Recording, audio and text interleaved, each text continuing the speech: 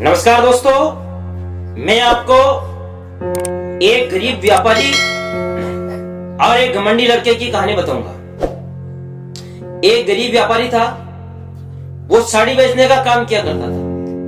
वो गांव-गांव घूम-घूम के और नगर-नगर घूम के वो साड़ी बेचा करता था। एक नगर में एक धनवान माता पिता का लड़का रहता था। उस लड़के को बहुत घमंड था। उसकी जो संगत थी वो सही नहीं थी।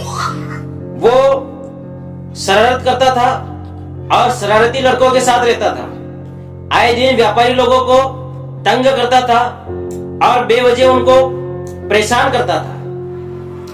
एक दिन वो साड़ी का व्यापारी उस नगर में पहुंच गया जहां वो धनवान माता पिता का लड़का रहता था। जैसे ही वो वहां पहुंचा और वो जो लड़का है उस व्यापारी के पास आ गया, अपने 4-5 दोस्तों के साथ मिलके और शरारत करने लगा। उसकी जो साड़ियां थी उसमें से एक साड़ी निकाल के और उसको उछाल रहा था, वो नीचे गिरा रहा था, अपना एक्शन कर रहा था। तब वो जो व्यापारी है वो बहुत शांत स्वभाव का था। उसने उसको कुछ नहीं कहा, जो कर रहा था उसको करने दिया। अब वो जो लड़का है उस लड़के ने व्यापारी से कहा कि सेठ जी, इस साड़ी का क्या मोल है। तब उस व्यापारी ने कहा कि भाई, आपको साड़ी लेनी है क्या। तब उसने कहा हाँ, मेरे को साड़ी लेनी है, आप तो आपकी साड़ी का मोल बताइए मेरे को। तब उस व्यापारी ने कहा इस साड़ी की कीमत है 1000 रुपया। तब वो लड़का है उसने क्या किया, उस साड़ी के 2 टुकड़े कर दिए, जानबूझ के, ऐसे ही यूं ही। अब 2 टुकड़े करके उसने कहा कि सेठ जी, अब इस एक टुकड़े का क्या मोल है। तब उसने कहा इसके तो 500 रुपए। और उसने उस आधे टुकड़े के और 2 टुकड़े कर दिए और अब कहा कि सेठ जी, इसका क्या मोल है।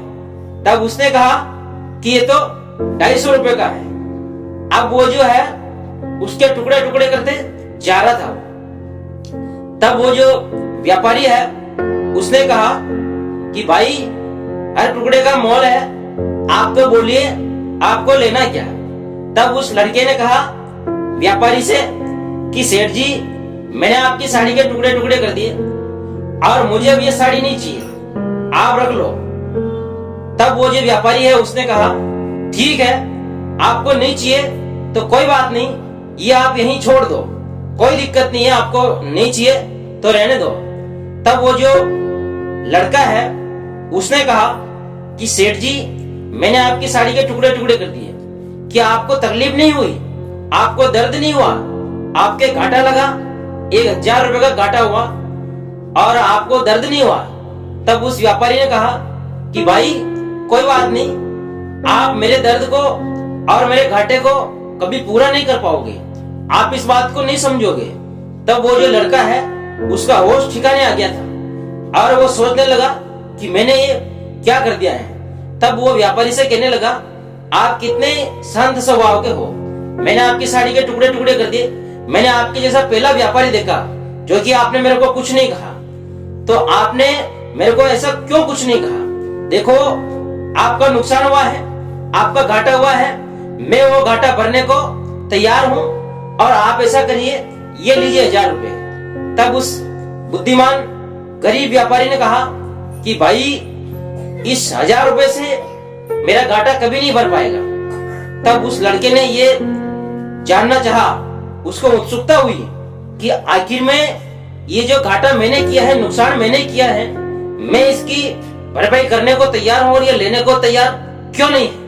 तब उसने पूछा कि इसका क्या कारण है। तब उस व्यापारी ने कहा भाई, इसका घाटा इसलिए आप नहीं भर पाओगे क्योंकि आप समझ नहीं पाए थे, साड़ी के आपने टुकड़े टुकड़े कर दिए थे, मुझे उसका मतलब कोई तकलीफ नहीं है, लेकिन बात यह है कि ये जो साड़ी है ना, जब किसान ने खेत से कपास पैदा किया होगा, उसमें मेहनत लगी होगी और वो आगे कपास गया होगा उसकी छटाई हुई होगी, उसकी सफाई हुई होगी, वो मशीनों में गया, उसका धागा बना, उसका कपड़ा बना, उसमें रंग लगा, तो ये जो मेहनत जो हुई है ना, इसकी भरपाई आप कभी नहीं कर पाओगे।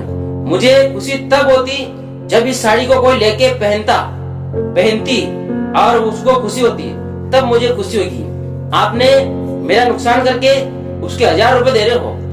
आप मुझे 1000 रुपए इसलिए दे रहे हो कि आप पैसे वाले हो, आपको पैसों का घमंड है।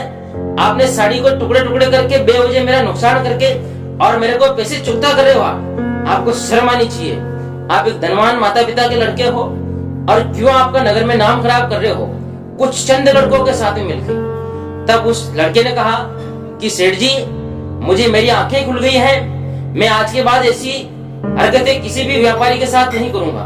और अब वो जो लड़का है वो सुधर गया था, उसके बाद उसने कोई हरकत नहीं की। देखो, ऐसे जो लड़के हैं आज भी बहुत पाए जाते हैं, जिनको पैसे के ऊपर घमंड होते हैं, बेवजह किसी का सामान गिराना, किसी से गाली गलौज करना और फिर पैसे फेंक के उसका कह देना कि ये आपका चुकता कर लोगे। तो आज भी ऐसे लोग पाए जाते हैं। तो दोस्तों, ये कहानी आपको कैसी लगी? आप वीडियो को लाइक करें, शेयर करें, कमेंट्स करें और मेरे चैनल धनुष वसेटिया को सब्सक्राइब करें। धन्यवाद दोस्तों।